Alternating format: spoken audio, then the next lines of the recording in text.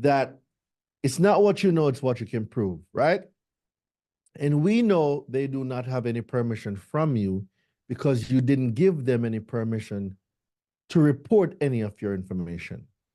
Anyone that uses or possess an identification of you without a permissible purpose or lawful authority, and it is used without your permission, it is identity theft. So what they're saying is, go to the software and in the identitytheft.gov section.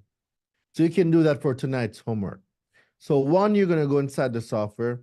Two, you're going to go to the identity theft section. You're going to file the complaint, right?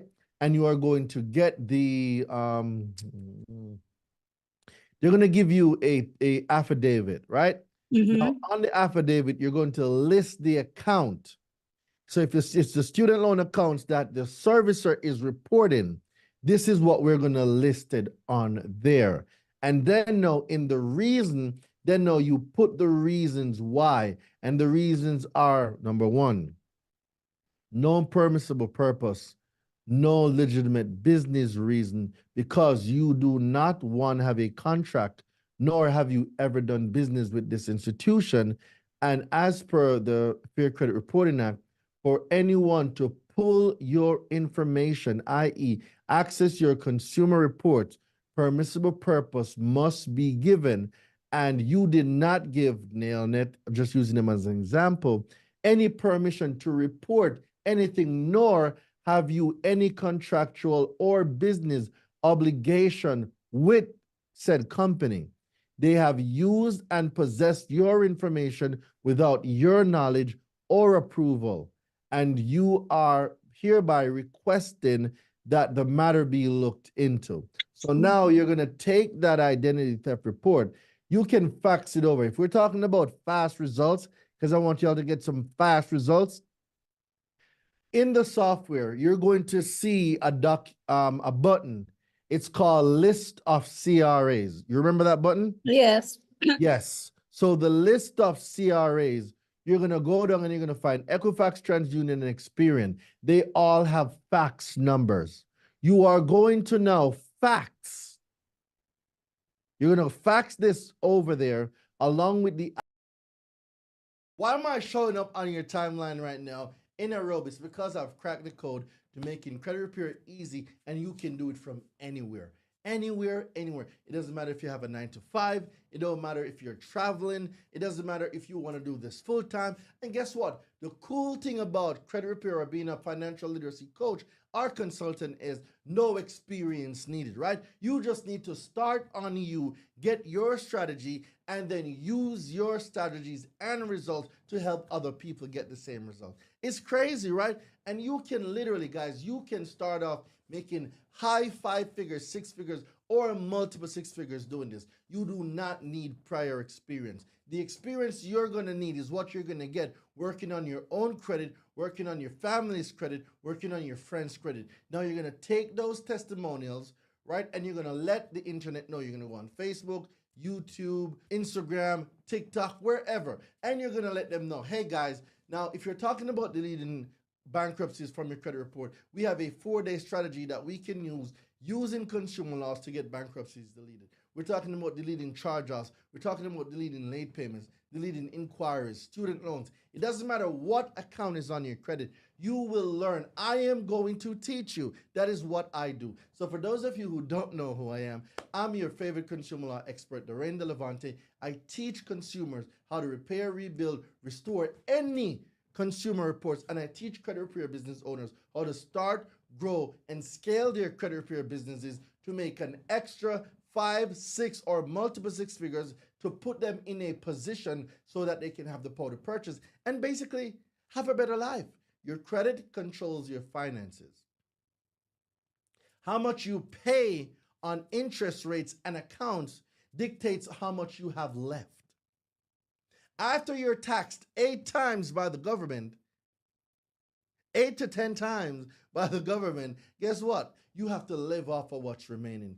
One stream of income is not enough. So you need to learn a high income skill, and this is what I'm here to teach you. So over the course of 5 days, guys, I'm going to teach you guys not only how to repair, rebuild, restore any consumer profile, but I'm going to also teach you how to start, how to grow, and how to scale any business, any consulting business, any credit repair business, using the 4 key principles that I use: lead generation, client conversion, client ascension, and continuity. We can scale any business with that. The LC3 formula I'm going to be teaching you. So guys, don't forget, click the link below. I'm going to see you on the inside. This training is going to be crazy.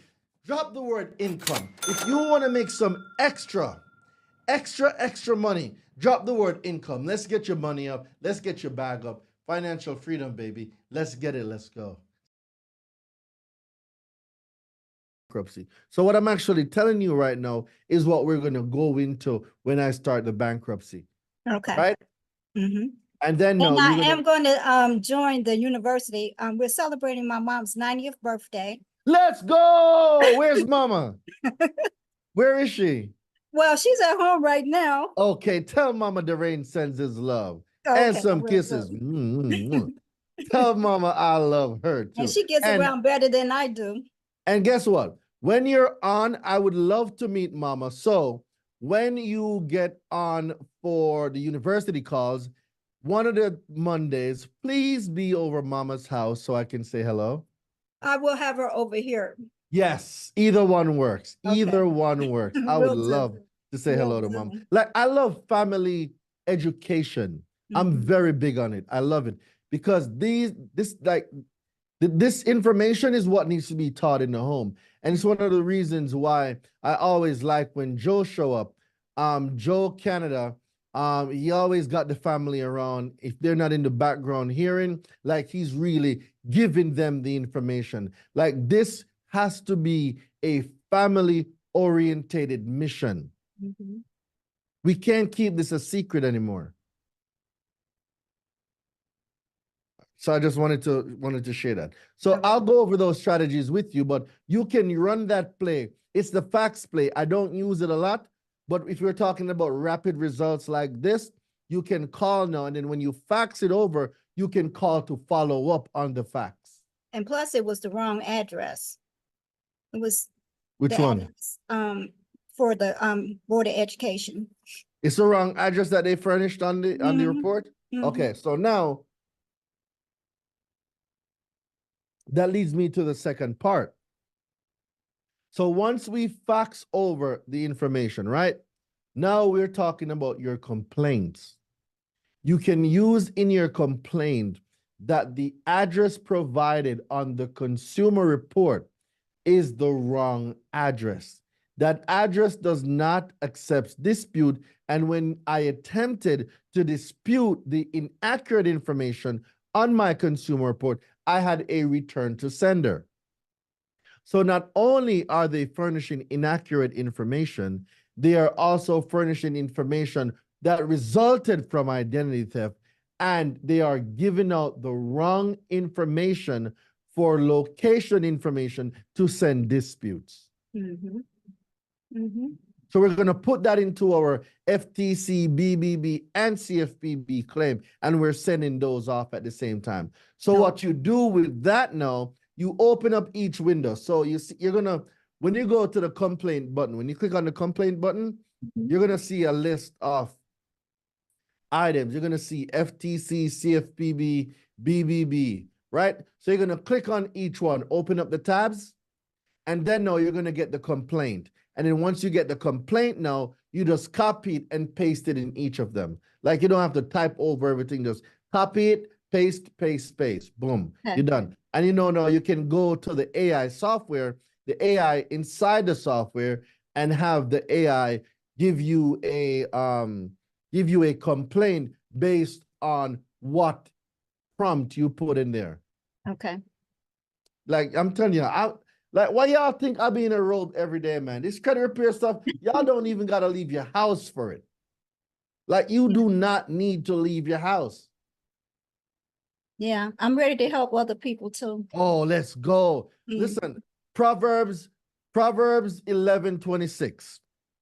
He that hoardeth the grain, a curse shall be upon him, but a blessing shall be upon the head of him that selleth the grain. Nowhere in the Bible did it say, go give away your gifts for free. Sell it so you can be blessed and so people can be multiplied. The heart follows the pocketbook. Where their treasure is, so that pocketbook lies, or where thy treasure goes, so where the heart lies. The heart follows the pocketbook. When people pay, they pay attention. Have you ever given something to someone for free and they never took care of it? No. You give it to them because they didn't buy it, they didn't care about it. It's the same thing when they don't have skin in the game, there is nothing in it for them. That's right. People must pay, and do not feel bad about charging. You are helping them when you charge them. When you give it away for free, it did not cost them anything. It was not of any value. Of them, right. Let me explain something else to y'all. People pay for things with their life. And somebody in the audience now is wondering, Doreen, what do you mean? See, this is Q&A. And y'all even got me started already. People pay for things with their life. You know what rich people do? We pay for things out of creativity. This is why people must pay, so they can pay attention to tap into their creativity. You go to a job, 8 hours a day, 40 hours a week, right? 40 hours a week. Let's do the math. I'm gonna show y'all, I'm gonna just expose the whole system to y'all right now. You go 40 hours a week, 40 hours times 7, right? Yeah. So you're doing, no, it's 40 hours times 4, because it's 40 hours a week, 4 weeks a month, right? 40 hours times 4 is 160, right? 160 hours for the month. And then we multiply that now by 12. So for 1,220 hours, so that's 1 year. That's the amount of hours you put in per year working a 40-hour job. And guess what? A lot of y'all work overtime. So you're actually doubling this number. Oh, y'all thought I came to play today. You're actually doubling this number, right? And then now you want to say, okay, so if I have 1,920 hours for the year, remember, you know, that year, which also means that the amount of hours you spend here for the year, what if you were using these hours to build yourself? What if you were using these hours to build your own business? What if you were using these hours to build your own family legacy? Not only that, did you do 1,920 hours at the job? Half of it, divide this by 2 now.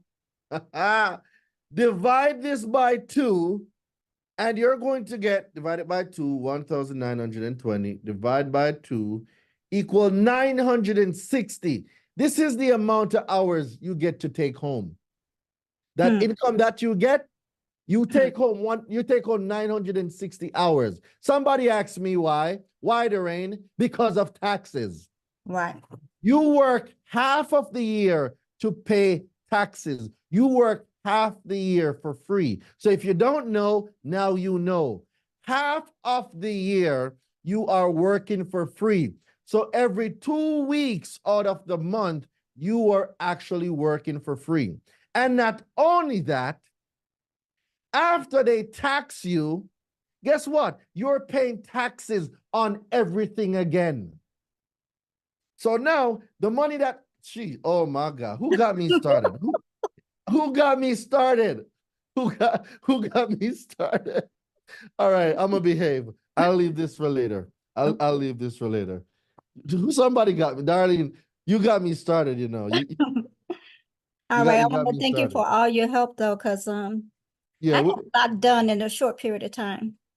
Amazing. So, would you mind sharing your results? What results have you gotten this week? Well, I get TransUnion and Equifax to delete my student loans.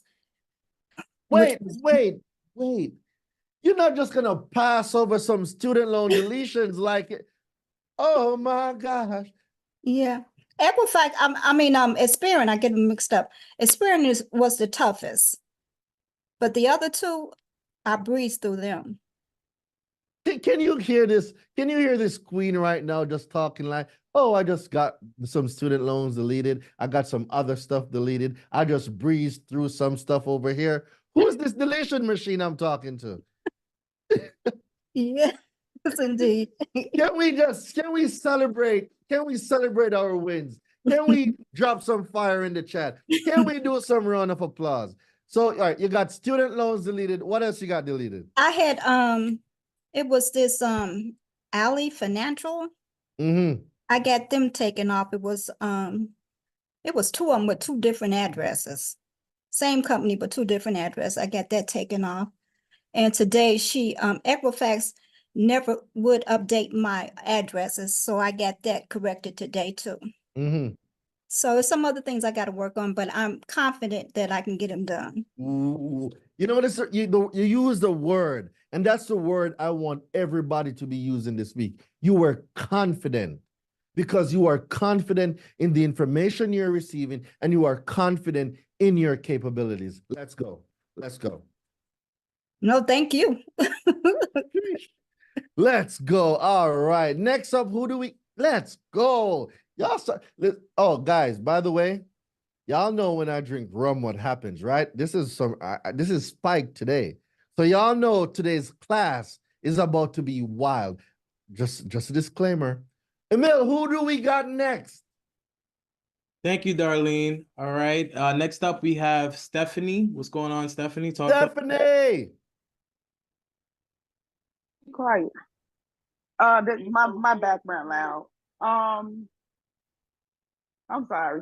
I have a question. I know you're going over bankruptcies today, but what if they have a bankruptcy, but a lot of the stuff that was inside the bankruptcy is still being reported on their credit report, saying that like it was a part of the report, credit report. I mean, it was a part of the bankruptcy. Okay, so if it was a part of the bankruptcy, you want to group those items together. You want to list them and let them know these accounts should not be showing up individually.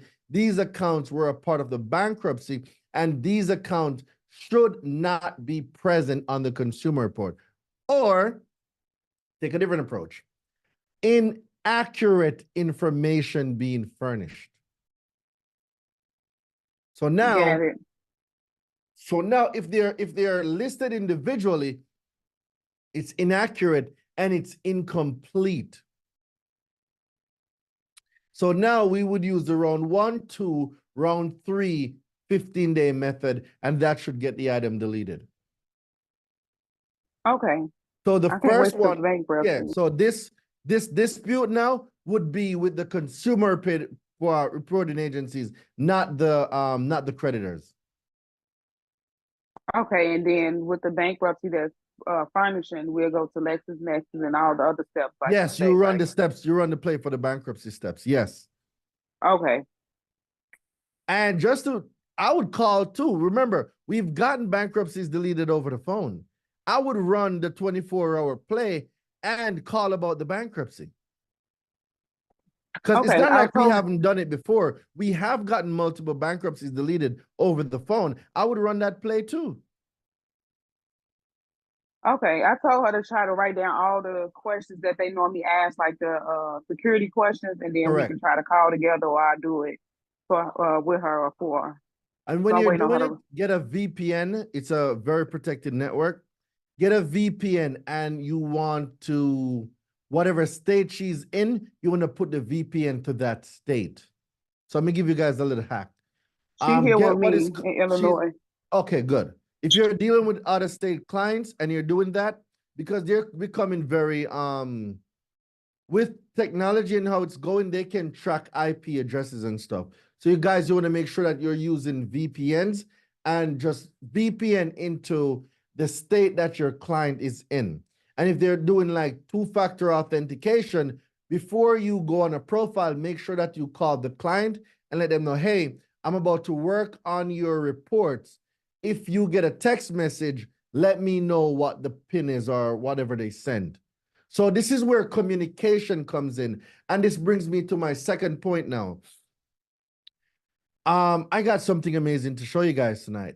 So the business owner part of the software is done, and everybody that joined the challenge, you get to try the business aspect of the software free for 30 days. Everybody, including you guys in the university. The business part of the software, the B2B side, for those of you who have clients, you guys will be able to try it for 30 days for free. So inside of there, you're able to now speak to your clients. You can send text messages, push notifications. We want to make sure that we increase communication. Increasing communication leads to happy clients. Happy clients meaning they're going to pay you every month, and happy clients mean they're going to refer everybody to you, right? So the software is going in that aspect where communication and results. Communication and results, because I noticed that's been one of the biggest issues with consultant and business owners, the communication with the clients. And we're going to fix that. All right, Steph? Thank you. And that was one of the reasons why she stopped dealing with the people that she was dealing with. Oh, it hung up. Oh, because of communication. She said that the girl just stopped communicating with her. All right, cool. All right. Great stuff. Great stuff. Once again, guys, if you're just now joining and this is your first day, please make sure that, again, you're leaving your testimonials in the Facebook group. Also, if you need to ask a question to Durain during this brain picker session, just the button at the bottom is the reactions button that you're going to be clicking, and you're going to click the raise hand button. Next up, we got Jada. What's going on, Jada? Where is Jada? Jada, what's going on? Everybody. How you doing, Queen? Okay, so I was on your I'm fine. How are you? Can you hear I me? am amazing. Yes, thank you for asking. Okay, let me make sure y'all can hear me. So I was on your like your Sunday brunch one a while back. Mhm. I'm in the truck. Can you hear me? I want to make Yes, sure y'all yes, can hear yes, me. I can hear you. I'm in the truck and I have been getting clients. I've been offering credit repair, and when I say people been like coming, they've been basically throwing their money at me to Hold fix on. their credit, which Oh, is let's fine. just Because throw you was Jada right. some money. The truckers, yeah, they've been coming. But my question is, I paid for the VIP, and for some reason, like the first day I tried to log in at 7, mind you, I'd be driving and everything. I tried to log in and it wouldn't allow me. So I've been hopping on at the 8 o'clock classes, and I'm like, dang, like I have VIP the whole time. So my question is it recorded so I can go back and study Can I and all coach you? that? Can I coach you? Yes, and I have your software. I have your $300 a month software. So Right. they've been coming. I'm I'm trying to gonna get these coach you results some more. fine. I'm gonna coach you some more. You got one step missing, Jada. You're not in the university. Let me tell you what's about to happen. Did you run the play that I gave you with the business cards on the driver handle of the door? Actually, no. You think they're throwing that money at you yet? Right. Right. I just said that today. I was talking to another. I said I need to go around and pass these. I'm at a TA right now. I'm at a truck You're stop. don't I'm like, I pass need to them go out. pass around. Put them on the door. If you pass them out, you have to wait for people-to-people interaction. Get the scotch tape, get the business card, tape it onto the handle of the door. When they open their door, they have to see it. There is no missing it. You cannot miss it. It's on the door handle. You cannot miss it. It's so many trucks. Right. Right. Every truck in that parking lot right now has $1,000 for you that you're not collecting. So I just want you to look outside and see the amount of money you're looking at outside that you're not tapping into. Right. Your next step is the university, and I It's a think lot of trucks. you need to get in this week. We're gonna strategize. Yo, make sure you get about 1,000 business cards printed. because we're about to run up a whole bag.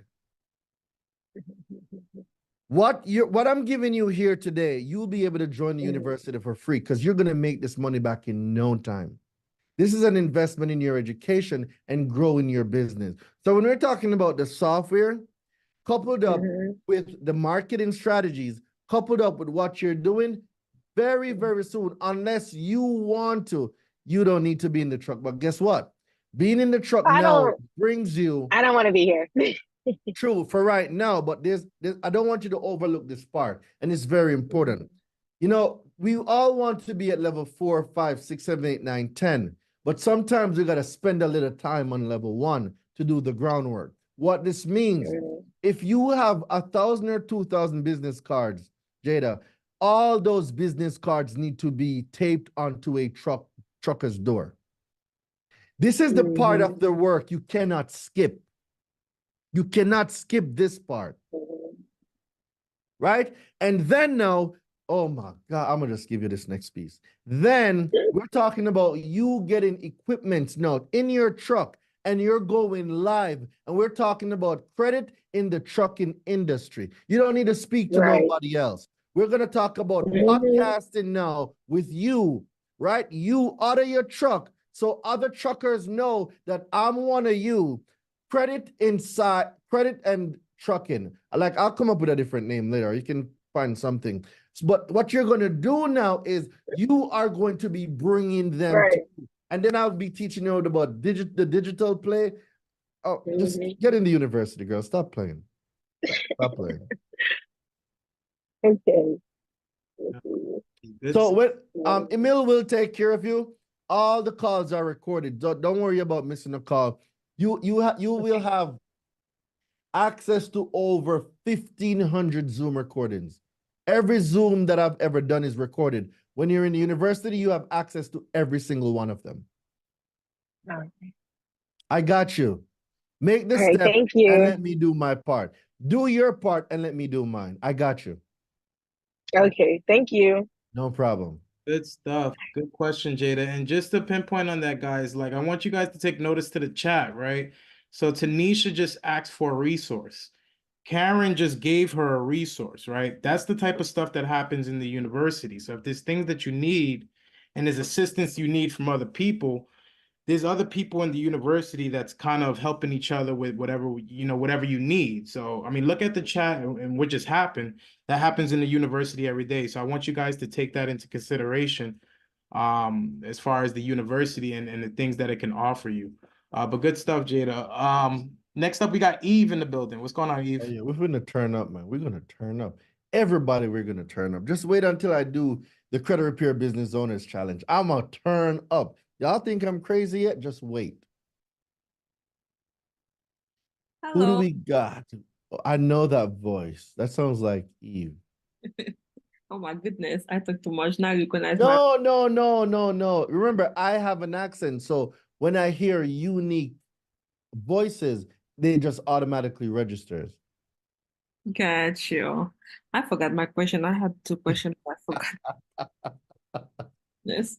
But my first question would be if you disputing your information as far for inquiry or late payment, do you have to freeze your credit report first, or you don't have to? I recommend freezing it first. It's not a requirement, but you can. The reason why you want to freeze it is you want to gain back control of your report. And gaining control means you control access with who can see your reports, right? So you can dispute the account, whether under accuracy or whatever method you want to use, even if the accounts are frozen or not. The reason why I put so much emphasis on the freeze is because of control. I need you guys having control.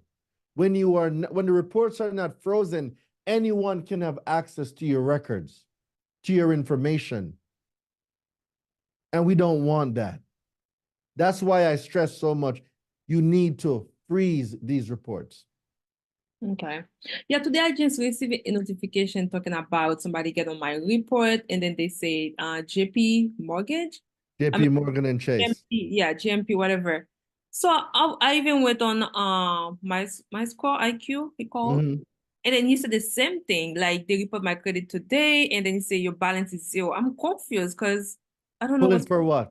So was it a hard pull or a soft pull? Oh shoot, that's a good question. I think The- it's a hard pull. I don't know. a hard pull only goes if you apply for an extension of credit. I do not apply anything. I don't do anything on my credit at That all. means it might have been a soft pull, or maybe they updated the utilization on your credit. Because if they said the balance is 0, it could have been that they updated because you may have paid something down. Oh, you're right. Oh, Did, okay. did you pay off a credit card or something? Yeah. That's what happened. It was an Probably on my, update. yeah, probably on my credit card. It was an update. It was an update. That's what it was. Okay, I was so confused. It's all right. But never pay it down to 0. Pay it down to 1%. The next time you're doing that, I want you to pay it down to 1%. So we have something reporting. So you can maximize on the utilization part of your FICO scores. All right? Okay, yeah, I was just tired, carrying the balance in my account. No, and that's perfectly fine. That's okay. Utilization makes up 30%. 30% of 550 is 165 points. Okay. Utilization carries that amount of weight. It's the second biggest part of the report. So don't worry about it. It seems like it was just an update. Okay, yeah, I was so scared. Also, do VIP has any access on with the letters on if you have the AI customer or no? Oh, so the AI is completely different from what you can access, whether it be in Ultra or VIP. Now, for the software, once you sign up, you will have access to the stuff inside of the software. So just go into the software and you'll be able to use it. My account in there. I don't see anything on the VIP software. I can't even get in. So if we're talking about the software, it's different. If we're talking about the Ultra portal, only Ultra gets a portal. Ultra gets a portal. Oh, so with VIP don't have a portal. You don't. Okay. So you okay. If we're talking about the portal now, Eve, what we want is a strategy. So we're talking about like the universe, the Ultra is 2/10 of what is in the university. What you see for Ultra is 2%. It's it's like 2 to 10% of what's in the university. So that little thing you're seeing for Ultra is a much bigger puzzle. That's why I tell people, get in the university. Why? Because what you're learning here, not only are you able to repair, rebuild, restore your own credit, you get consistent coaching. However, you have the ability to help others and make a lot of money doing it. Right. And if you don't do it, you can have a family member do it or a friend do it. But regardless of the matter, there's 330 million people in America, and over 200 million have errors on their credit.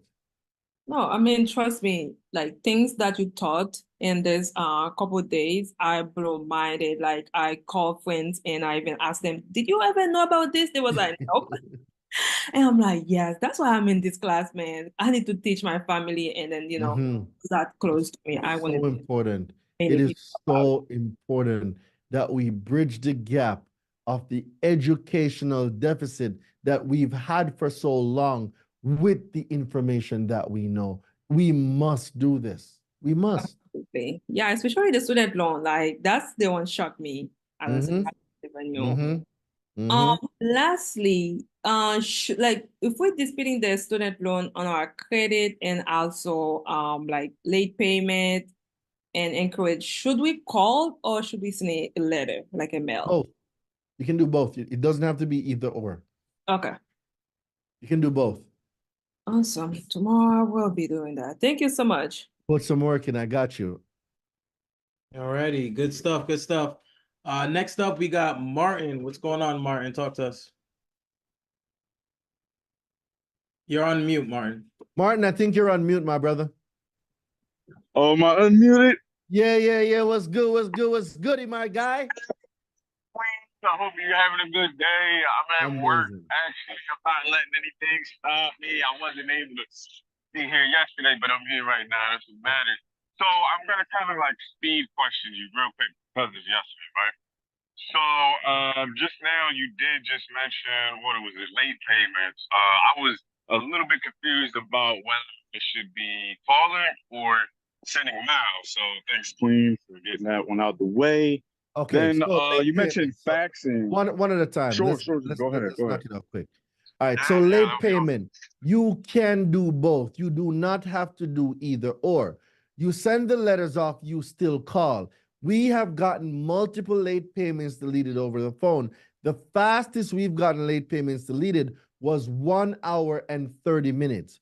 You can do both. It does not have to be either or. What you got?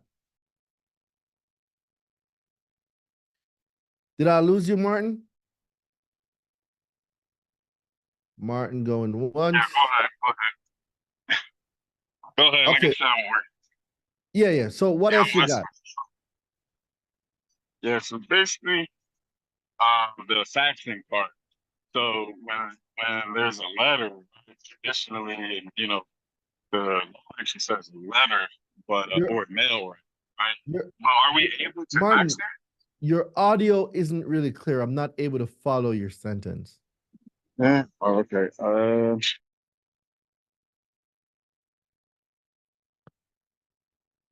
Martin, we're gonna come back to you. I'm not sure what's going on. The connection is, I'm not getting it. I'm not getting it. So It let me might be come my back. headphone. Yeah, let me come back to you. Let me take these other questions real quick, and then we see if Yeah. you can get a better connection. Yeah. Is it better now or not really? It sounds better now. So let's try it one more time. Go ahead now. What's that question? Okay, so I was just saying about faxing. It's basically letting us know, the law says mail, but you just mentioned So faxing. Like, faxing yeah, what is do you a do? fast turnaround strategy. Yeah. So let's say you're in a bit of a pinch and you need them to get it fast. You can use fax. Fax is also paper mail, right? It's just done instantly, but you have a copy that the fax was sent and what was sent, so it can still be used. Okay, that's awesome. All right, and then my biggest thing is because I'm ready to buy a car. That's my that's why I'm trying to do everything. But so they listed mines, which one of them was like they listed as a voluntary repossession, even though it wasn't at all. Does that make a difference? That makes the account reporting inaccurate. And remember, yesterday I went over repo, so all you got to do is catch the replay and then go through the steps. Martin, think we might have lost him. Okay. Martin going once. Martin going twice. Okay, sold. Emil, who's next? We go back to him. Next up we got Koi. We got an OG, a legend. Koi. So Yay! yesterday I took a play out of the book of Koi. I was cooking up good credit yesterday. I don't know if you saw it, That's but right. I've been waiting for somebody to cook up some good credit, and there's someone is nowhere to be found. So I've been wondering. I was there. My microphone was muted. I'm just wondering if maybe I gotta run my own plays these days. Listen, last night was so beautiful. Hold on, put Koi on the screen. I can't even see Koi. Where you go? I'm right here. I'm about to go get my Versace robe Mm-hmm. in pink. Yeah, let's get it. All right. So last night, while on the class, I got a call and I signed up someone for repossession for $3,500. Woo! Woo! Woo! So now a year ago, I might have charged $1,500 and I would have been scared to death to take that client because I was not familiar with repossessions. Mm-hmm. I wasn't confident about repossessions. So now I'm getting them off like water. So do you remember this? Remember this? Yes. You got to add repost to it now. Oh, let's go. Yes. Let's go.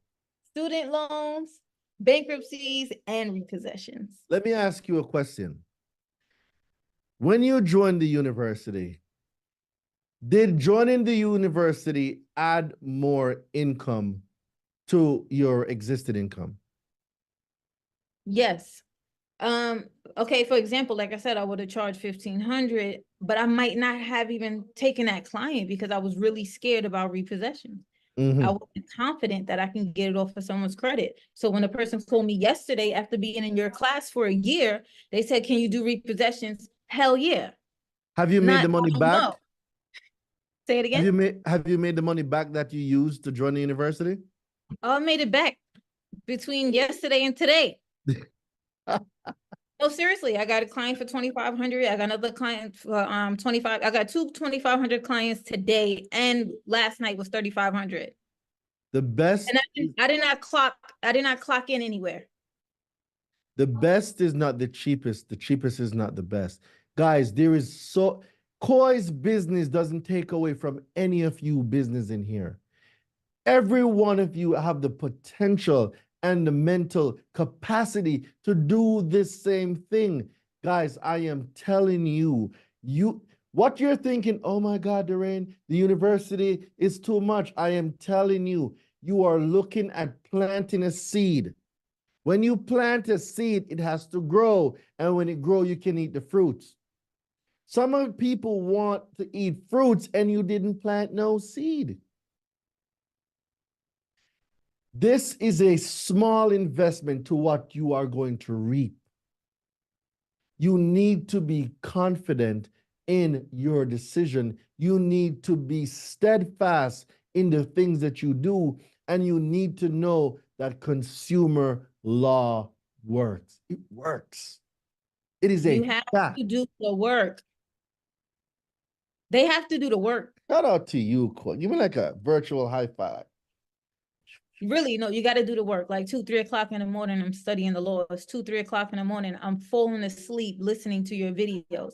I take my laptop, I put it on the top of my computer. I have husband in the bed, I have baby in the bed, and everybody's listening to Durain. Okay, baby gonna know consumer law in her sleep. Oh my God. I have to get it in my mind. So when I'm talking to my clients, I'm telling them, all right, 15 USC 66B. When, like, that's a violation. Like, I got to tell them stuff because they still can't do what I do, but they know that I'm informed. They know that I'm studying it. They know that. You are confident. Credit baby. Hey. What's up? Oh, no. How are you? It smiles like these. It smiles like these. Hey baby, how are you? It smiles like these and testimonies like yours, Coy. Why I'll be up at 3, 4 in the morning reading, going through Black's Law, going through the CFPB website, going up through the FTC website, who's getting sued, which new law is out. Like, this is why I do this. And I'm telling you, ladies and gentlemen, you do not need to punch into a clock to make multiple 6 figures. This year, Coy, I'm confident you're hitting multiple 6 this year. I'm confident. The week is not over. I made over 6,000 already. The week is not over. Come on. We still got one. Like, you need to close another bankruptcy client tomorrow. That's a 10 grand week. Well, look, I challenged myself to 30 grand in 2 weeks. Let's get it. Let's go. I have what, 24?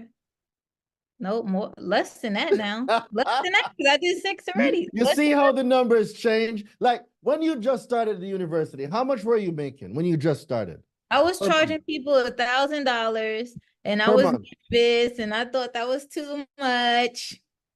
And how much was it per month when you just started that you were making? Maybe 3.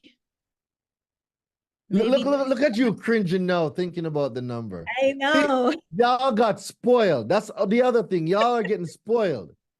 Like $3,000 a month compared to now. a year later, now, seasoned Coy, consumer law expert Coy, what numbers are you at now? Oh, I'm challenging myself to make 3,500 a day every day. Come on, bro. Come That's on. one bankruptcy or repo a day. If I do 2 regular clients a day, that's 5,000, that's 25. But see, the thing is that I bring affiliates on. I can't do it by myself. So my thinking is different. The thinking is not how many people can I get, how many people can I train to go get up. And this is where the business strategy comes in. So what I'm telling you people, and I'm telling this to everyone, you all like, the only person that's stopping you from achieving your credit and financial goals right now is yourself. You are the person standing in your own way. It's time to get out of your own way. If you've been sitting down thinking whether should I, like, if for someone right now that was in the same position you were last year, that sitting down saying, oh my God, I don't know if I should join the university. Like, what would you say to the you right now, looking back a year later? And what would you tell to that you that was like, yo, I don't know if I should do this or not? What would you tell yourself? I would tell myself, you definitely need a mentor that's gonna guide you past all those hurdles. Because when you're trying to do it yourself, you have to figure out everything. So I'm definitely getting in the box, because why am I trying to figure out what my contract should say? Why am I figuring out what my website should say? These are all the things that I'm having trouble with now. So it's like I'm Because talking to you me have now. now broken the level that Right. I gotta do everything, and you're moving from an operator to becoming a CEO, Coy. That's what's happening. You need to transition from the day-to-day person that wear all the hats in your business to a CEO. This is called a CEO transition, and it's why the box was created. You're going through that transition now. Congratulations and welcome to the club. Can we drop some fire in the chat, please? Round of applause. I appreciate it, Coy. Let me take these other 2 questions and then I'm gonna get us good. I'm just gonna go wild today. Y'all You are in didn't for get my it. question. Oh shit. Go ahead. I have one client whose scores did not change at all anywhere, not on Credit Karma, not on any website for over 3 months. Is it locked? No. Information changes the number, meaning what's on the report that gets fed into the algorithm gives you the number. If nothing changed, it means nothing happened. Did you get anything deleted from the reports? That's the thing. I put in letters 3 months in a row, nothing happened. All right. So now we're going to talk about, did you get responses for all those disputes? No. All right, perfect. So this is called when the information cannot be verified, it must be deleted. So what you need to send out now and the complaint that needs to be filed. So your client falls under A1A, 15 USC 1681 I, A1A, and 15 USC 1681 I5. That's where your client is now. You are in those 2 sections of the law. So this is where now you need to, 1, get now the 30-day response. So if you go to the late payment deletion guide, right? And in the late payment deletion guide, Coy, you're going to see a letter that says, when a creditor or a CRA does not respond to your dispute, you're just going to use that letter and modify it for the current account that you've been discussing. The template's already there. Remember, it's in the late payment deletion guide. When a creditor or when a consumer reporting agency does not respond to your dispute, that's where you're going to get the language from. Thank you. Coy, somebody asked a question. The AI, right? I could use the new AI. You want to build it out first. For this one, no, because you want it very custom and detailed. Someone just asked a question. Has anyone gotten late payments deleted over the phone? Can you answer that question for me? Yes. Okay. It wasn't me. But you know who did. But yeah, I know who did it. Okay. Yes.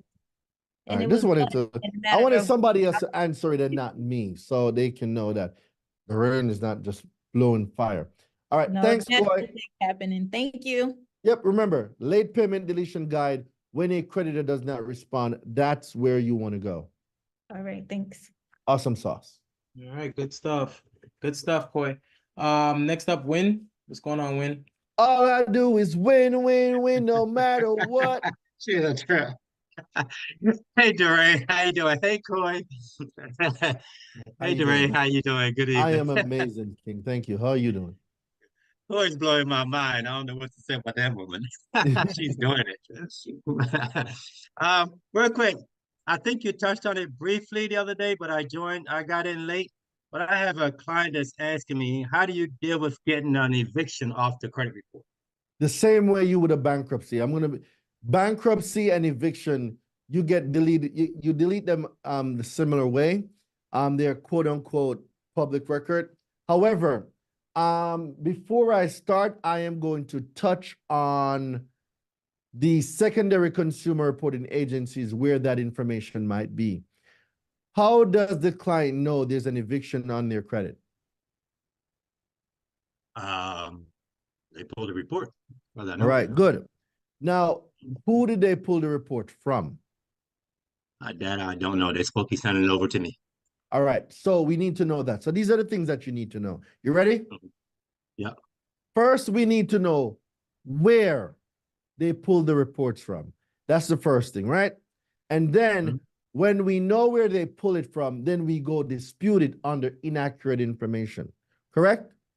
Now, Okay. when they replied that it's verified or validated, they must provide you the proof of who. Got you. So now we know where it's being reported. Now that we know where it's being reported, we're going to go there. Yeah, come on, I didn't To have to dispute it. I didn't To have to dispute finish. it. I didn't have to finish. You got it. I got you. All right, bet. I got you. Thank you. All right, no problemo. Email back to you. All right, and it looks like our last question is going to come from Martin. Oh, Martin is back. We got Martin back in the house. All right, Martin, you're back? Yeah, hey, sorry guys. So yeah, I'm gonna be purchasing a car soon. I heard on one of your YouTube videos, something about the right to rescission. And You do so I'm not want to very go down. interested. Nope, you don't want to go down that Oh route. no, don't do No. it. So let me just give you some brief backstage. Oh, okay. The internet has made that strategy watered down. And if you check that interview, it was like two and a half, almost 3 years ago. Something like that, if I Yeah, remember correctly. so Yeah. information has changed. The same way laws have been updated. That internet play went kind of down the drain. Can you Okay. still do it? Yes, it is extremely difficult, and it's not something that I'm going to teach. Why? Because it is very technical, and you will take a hit on your credit. That part is a fact. And if you don't know what to do after that, you are going to be stuck like Chuck in the pickup truck. What I will tell anyone right now is your current level that you're at, as you get older, as your funds increase, your taste will increase. And you don't want to have these things on your credit because let's say now you start your business, right? You're making a lot of money. You decide that now I want a Mercedes-Benz AMG GLE 63, right? Has all the bells and whistle. It's a supercar. It is fly, right? You're going to have issues. You're going to have issues. So now it comes to a situation of, okay, can I get this Mercedes-Benz with zero out of pocket, or do I now have to put $20,000 to $30,000 down to get it? And then I might still not even get it because of what's on my report.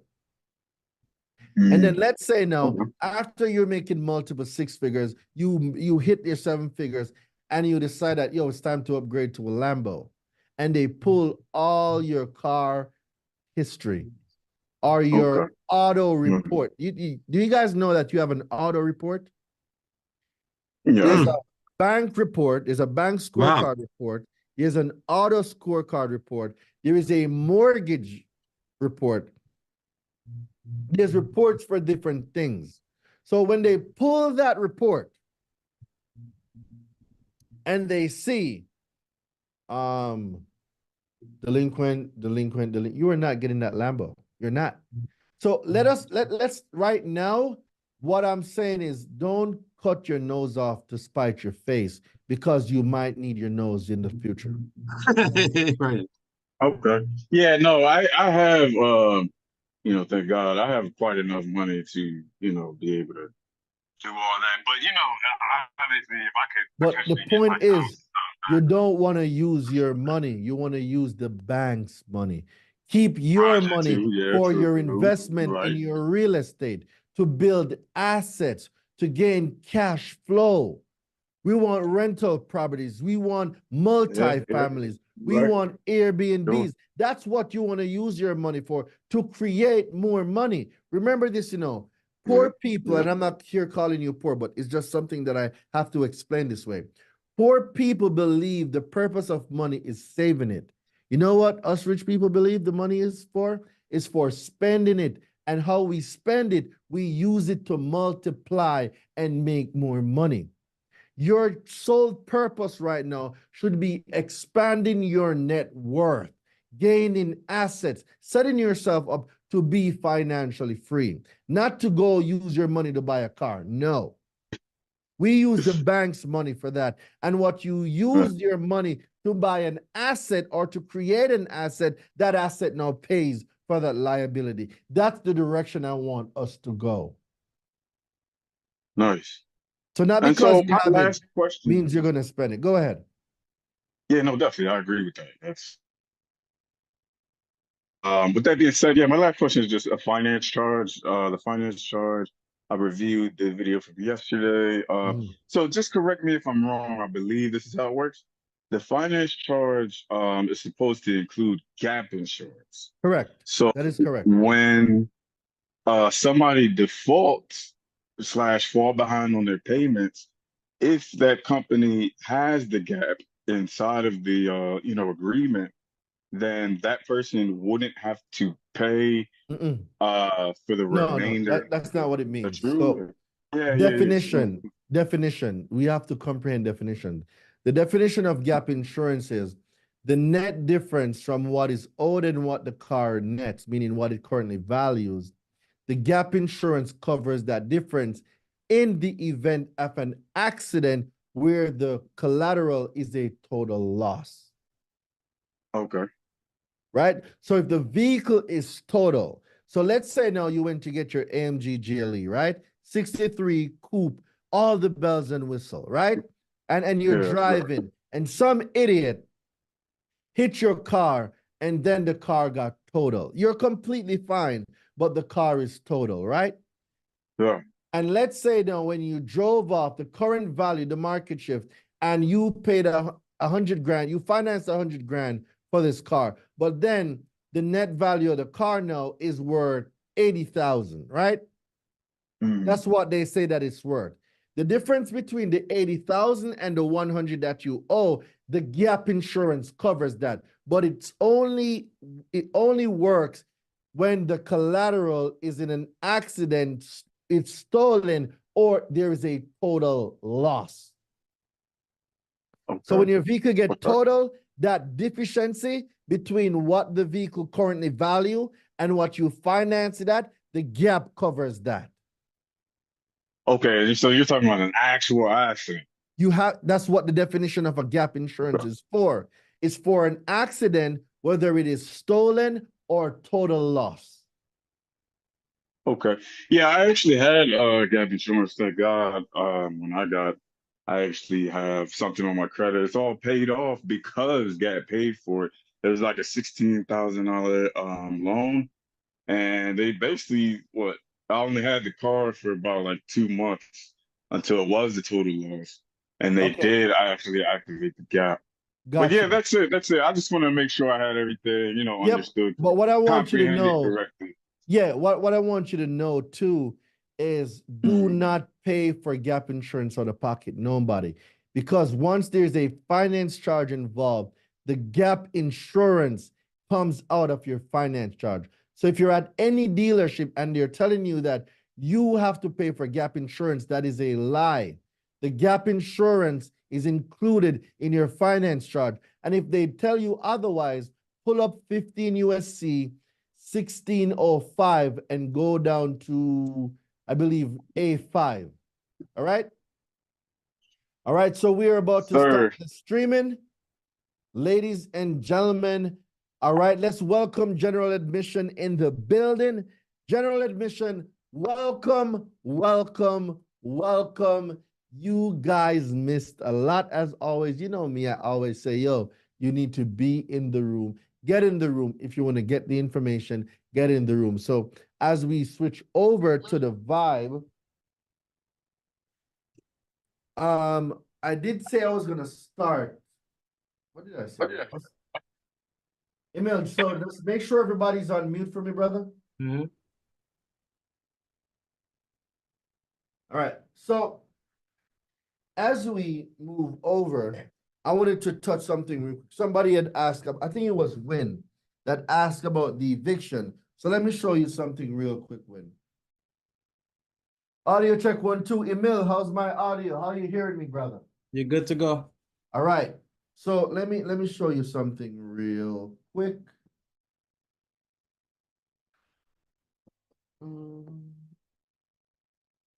right. In the letter, so guys, this is the demo account. This is a demo account that we have with MyScore IQ.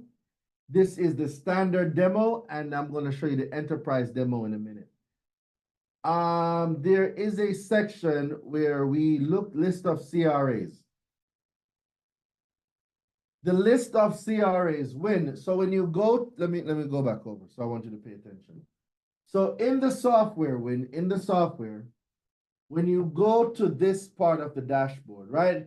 You're going to go to list of CRAs, and it's going to pull this up, and you go to the table of contents, and we are looking for eviction. Eviction would fall under tenant screening. So we're going to go down to tenant screening. And as you can see, ladies and gentlemen, these are all the consumer reporting agencies that they use for tenant screening. So if there's an eviction somewhere, an eviction might be on one of these consumer reporting agencies. That is why it's important that you do the first round dispute under inaccurate information, because when you go to inaccurate information, then now you can force them to let you know who is providing the information. So let's say they said the information was provided by Screening Reports, Inc. You have now a phone number and an address that you can use to get in contact with this company to delete the negative account that is on the credit, which is the eviction. All right, so does everybody comprehend how to find an eviction? Let me see it in the chat. Does everybody now know where to go and find the eviction? All right, so we're going to touch on bankruptcy. Bankruptcy, bankruptcy, bankruptcy. Bankruptcy is a nuisance to a lot of people. It is. And the first thing you want to do if we're talking about a bankruptcy is you want to, interesting, what's going on here?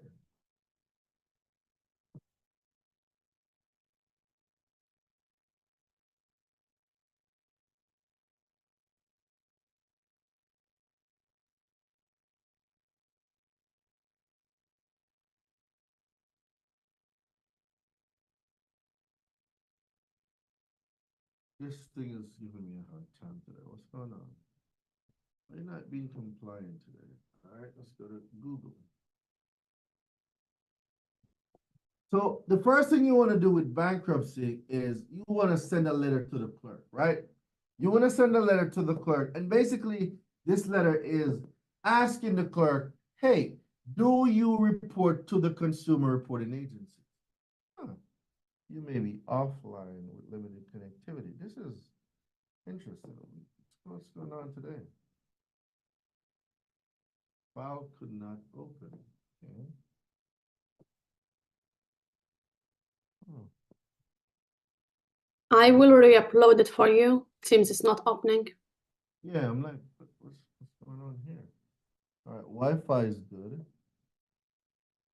Let me go back. All right, let's try it again. Let me know when it's up a here. So I'll just start off with charge off. Okay. Yeah, I'll come back to bankruptcy. All right, charge off, guys. Huh. Couldn't preview file. This file is empty. No, something's going on there. All right, let's re-upload all of them. This is quite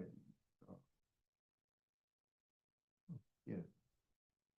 Let's find out what's going on with the files. Let's re-upload these files. All right. Technology in its finest. All right. So when we talk about bankruptcy, the first thing we want to talk about is where did the information come from? Check now. I'm going to ask you guys a question. Did any of you give any of the consumer reporting agencies any permission at all to report your information? Perfect. That's a really valid question, guys. It's not a trick question. Did any of you give any consumer reporting agency any permission to report any information on you? It is not a trick question, guys. It is a very serious question.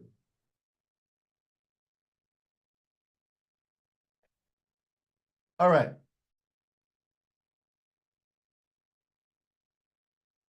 Let's start here.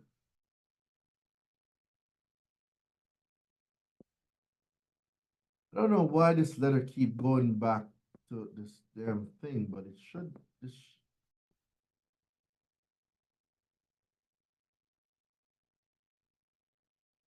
I also uploaded the other one.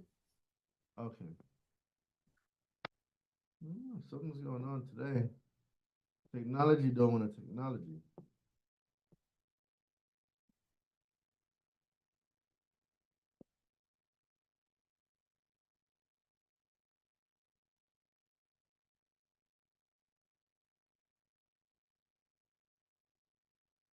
Technology, what do you do when technology is not technology?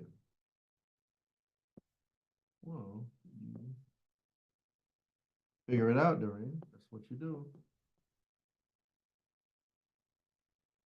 All right. So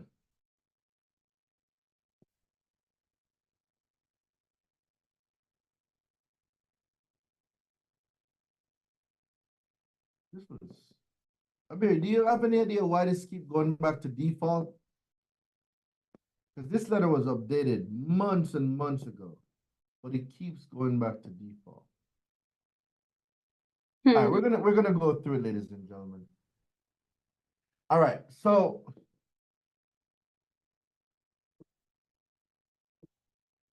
the first thing when it comes to a bankruptcy is you want to get the courts involved. Why do you want to get the courts involved? Because you need proof. So it's a simple letter. It's nothing crazy. Hey, I pulled my reports from the three major CRAs, and I saw bankruptcy being reported in my name. I was unaware that you guys reported this personal or private information to the CRA without my consumer consent. I called them and they stated, you, the clerk, authorized and reported. I would appreciate a letter back stating that you do not report to any of the consumer reporting agency and what method is used along with the person or department that reported the information. Nothing crazy, just something very simple. Why do you do that? Because you are going to use this in your evidence when you're getting to LexisNexis. That's step one. But before we get to step one, let's evaluate something. It is not what you know. Can somebody finish the statement for me? It's not what you know. Drop it in the chat. What is it? It's not what you know. It's what? Let me see who's been paying attention. Who can finish the statement? It's what you can prove, Ricardo. All right. It's not what you know, it's what you can prove. Let's start right here. Accuracy and fairness, right? Accuracy and fairness of the credit report. Congress is saying your reports must be accurate, your reports must be fair. Okay? All right, I got that. Let's go to 1681 B2. What does that say? What does that say?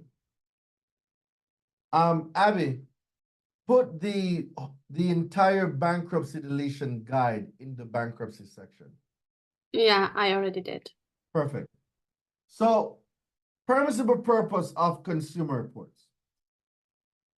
Subject to subsection C, any consumer reporting agency may furnish a consumer report under the following circumstances and no other. I want y'all to pay attention to what is here. Pay attention to this.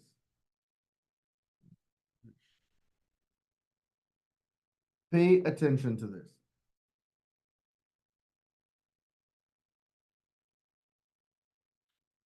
Pay attention to this. It says that they may furnish a report under the following circumstances and no other. Now, when you think about under the following circumstances and no other, what that simply means, ladies and gentlemen, is what's about to be said basically is the only way they can furnish a report. Number one is talking about a court. We are not concerned about a court right now. What we are concerned about right now is number two.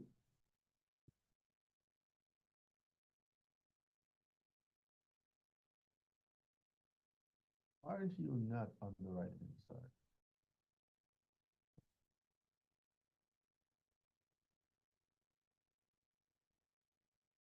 All right. What we are concerned with, ladies and gentlemen, is number two. And number two says this. In accordance with the written instructions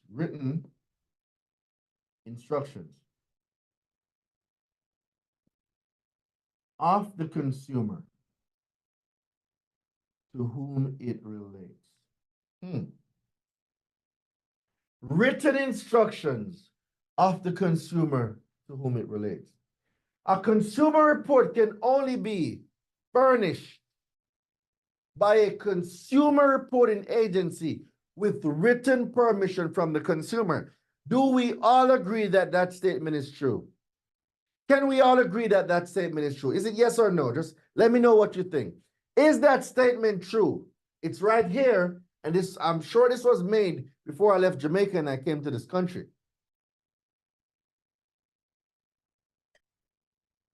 Written instructions, okay.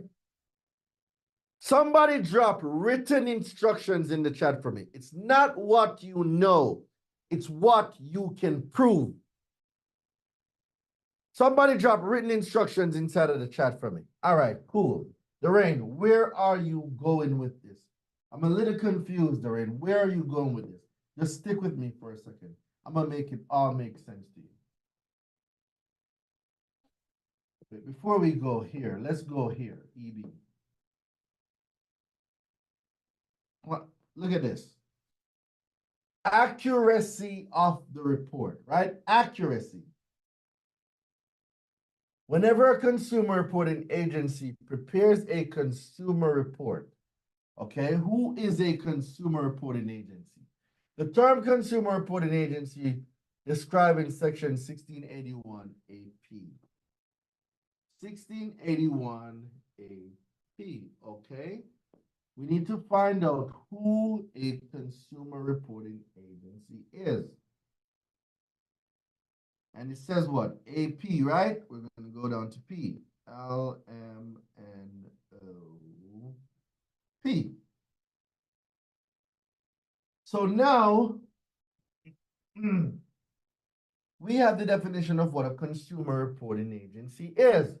Consumer reporting agency that compiles and maintains files on consumer on a nationwide basis. Okay, there's another word that I need to know what it means. What word do you think I need to look up right now? There's a word that I need to look up. What word do you think it is? I'm about to look up a word. What word do you think I'm about to look up right now? Nope, nationwide. Remember the definition. Let's go back to the definition. So, guys, I'm giving you the framework of when I go through things. Listen what it says. Consumer reporting agencies that compiles and maintains files. All right, we know this part. They compile and they maintain files. And we know that they do it on consumers, right? But there's a clause on a nationwide basis. So if they're not doing it on a nationwide basis, they are not a CRA. Is everybody following?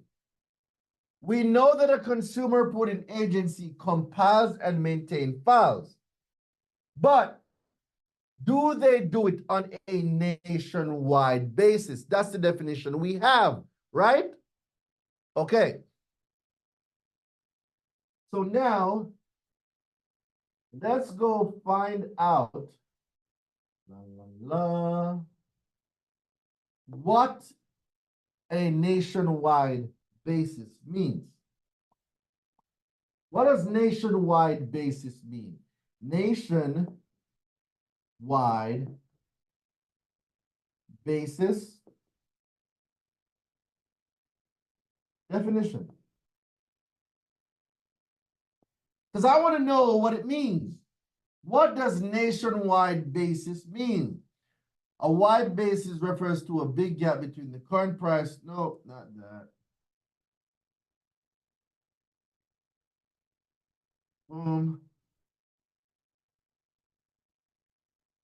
Right. So nationwide.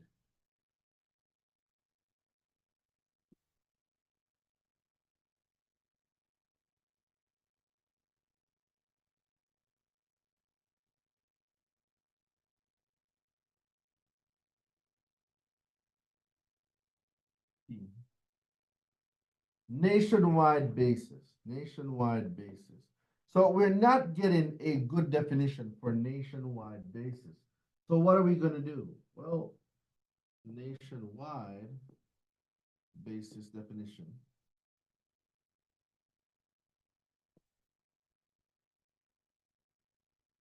Cornell law.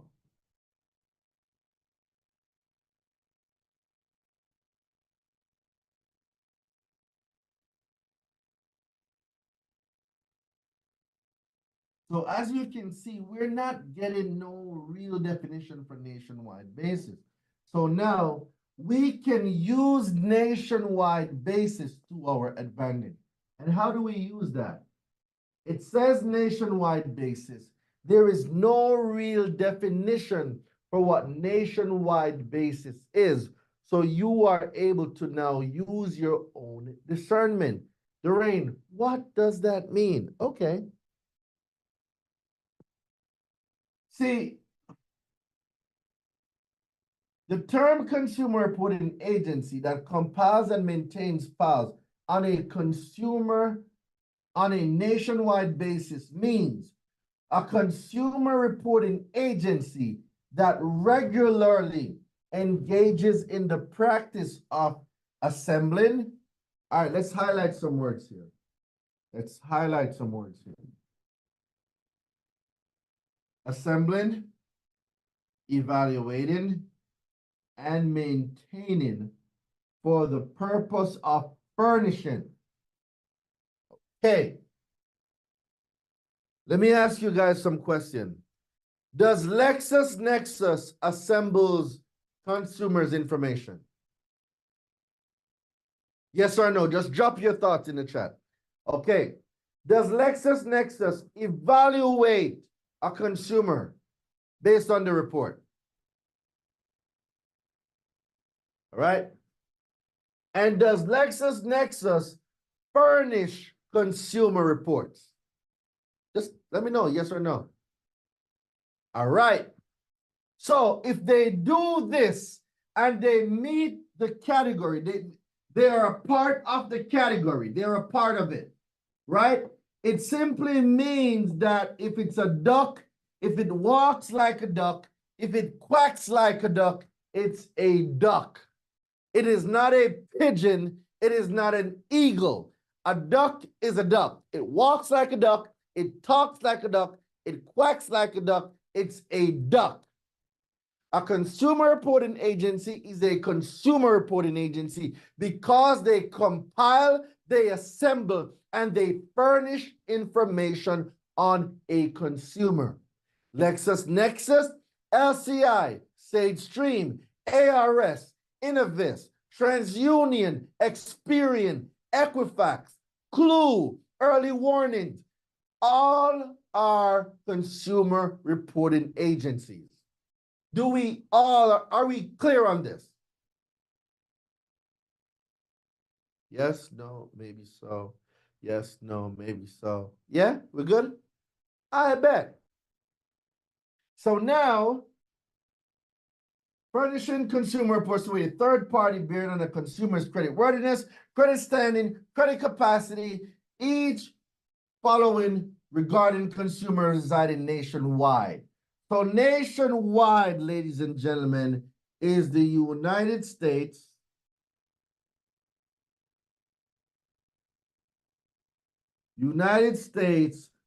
plus applicable territories. Right? So that's nationwide. Public record information. Oh my God, isn't this where LexisNexis, LCI, and Sage Stream, don't they report public information? Hello. Credit account information from persons. Well, what does person mean? Doreen, I'm glad you asked. Corporations. Who furnishes that information regularly in the ordinary course of business. So, ladies and gentlemen, now that we know what a consumer reporting agency is, have any of you ever received a response from SageStream, Innovis, or CoreLogic stating that, oh, we are not a consumer reporting agency? Or LCI. LCI likes to do this. We are not a consumer reporting agency. Have any of you ever seen that before? Talk to me. I wish I had a witness. Okay. Some of you have not. All right. As you start your business, you will, and you will remember this. Ricardo has. Okay, Ricardo, I expect you to get this pushback because you deleted public records. Boy, you're supposed to get it unless you've just been extremely lucky. But I didn't hear the question. I'm sorry. have you ever ran into an issue dealing with LexisNexis, LCI, or Sage Stream, where our CoreLogics, where they're saying we are not a consumer reporting agency? Yes, LexisNexis. Ah, okay. Ladies and gentlemen, they are here to lie to you. They're here to deceive you. They are here to use double language if you do not know their definition. There's a lot of people right now that have bankruptcies and they don't know what to do because a consumer reporting agency replied to them stating that we are not a consumer reporting agency. Blah.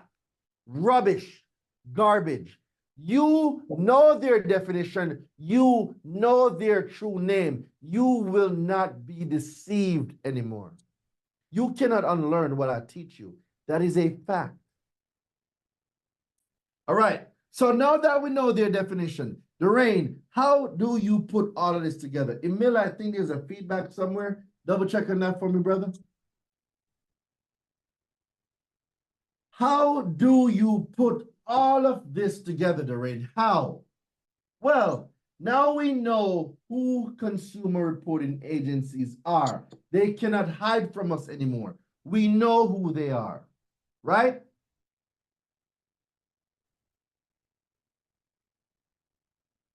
Hold on, there's a feedback somewhere. All right, there.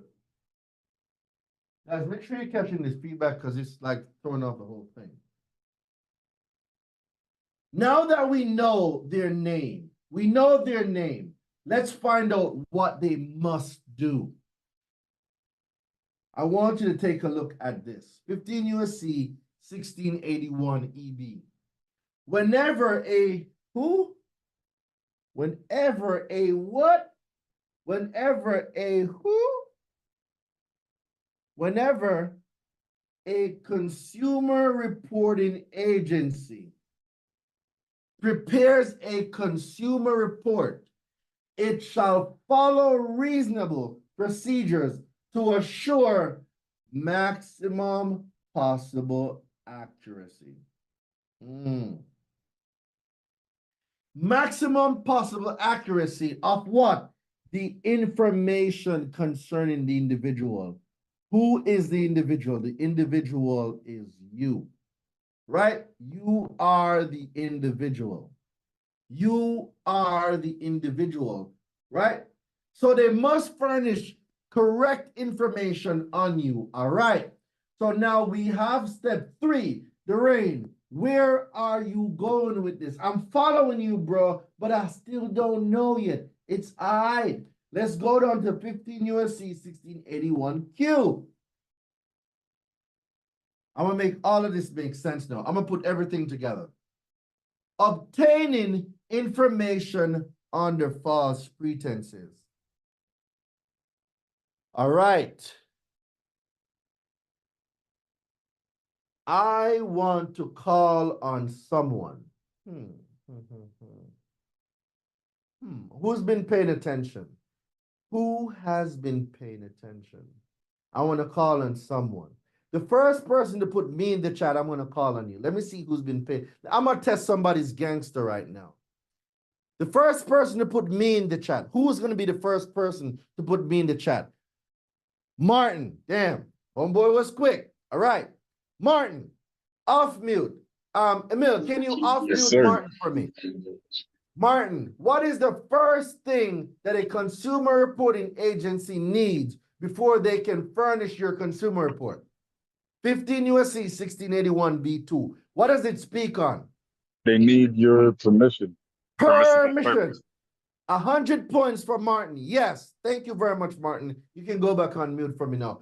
Permission is needed.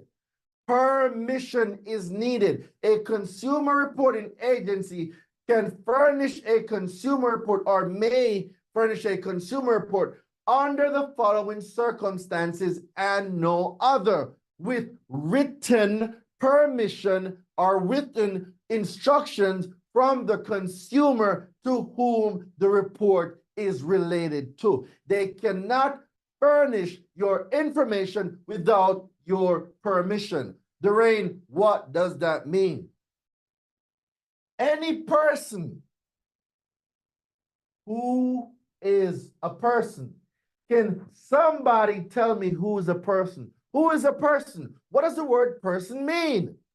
A business, an entity. Yes, an entity, a corporation. So, any corporation, let's use the correct words now. Any corporation, and corporations include who? Equifax, TransUnion, Experian. Okay, so any corporation who knowingly and willfully obtains information on a consumer, this is you. Y-O-U. This is you. On you, right? From a consumer reporting agency. A consumer reporting agency collects, compiles, and furnishes information on a nationwide basis on consumers, right? So that means LCI, LexisNexis, SageStream, ARS, Innovis, Check Systems, Hello. Do I got a witness anywhere? Is y'all following? Am I the only one that's just following all of this breadcrumbs? Like, am I the only one? All right, good. I see y'all saying yes. So let's tie it together. Under what? False pretenses. This word. False pretenses. If you have to give permission for a corporation to pull your reports from a consumer reporting agency, if a consumer reporting agency pulls your profile from another consumer reporting agency without your permission, was not that done under false pretenses? Yes or no? Who's following? I need to make sure you guys are following this, right? So they pulled it under false pretenses. Wait, Title 18. I think I know a law under Title 18. 18 USC 1028A. talk that talk. What does this mean? Oh my God, Doreen, we're putting it together. See, whoever during and in relation to a felony enumerated in subsection C, if they what? Knowingly transfers, possesses, or, oh my God, uses without lawful authority. They are not a government agency. They have no lawful authority. That is why I don't want you guys using the word credit bureau. They are not a law enforcement agency. So they have no lawful authority. So a consumer reporting agency used a means of identification of another person. Person also means individual. Individual, ladies and gentlemen, that is you, right? That's you. This. Very good. Like this. Or this is you. Boom, boom. Smile. There we go. Right? You're the individual. So a consumer reporting agency that possesses or uses without lawful authority an identification of you, which could be your social security number, your last four, LAST, your last four, or your ID. They use some form of identification of you without a lawful authority. They are not a government agency. They have no lawful authority. Lawful authority, a means of identification of another person shall, in addition to the punishment provided for such felony, be sentenced to a term of 2 years or more. This law is titled aggravated identity theft. Oh my God. Aggravated identity theft. Now, I'm sure, I'm positive, that there is a section in the FCRA that speaks about identity theft. Doreen, I wonder what section speaks about identity theft. Well, I'm glad you asked. Block of information that resulted from identity theft. Oh my God. There's a whole section on identity theft. Well, it's not what you know, it's what you can prove. Except as otherwise provided in this section, a consumer reporting agency shall block the reporting of any information in its file of a consumer that the consumer identifies as information that resulted from an alleged identity theft, not later than 4 business days after the date of receipt by such agency. I want you to pay attention to the words here. They shall block this not later than 4 business days after the date of receipt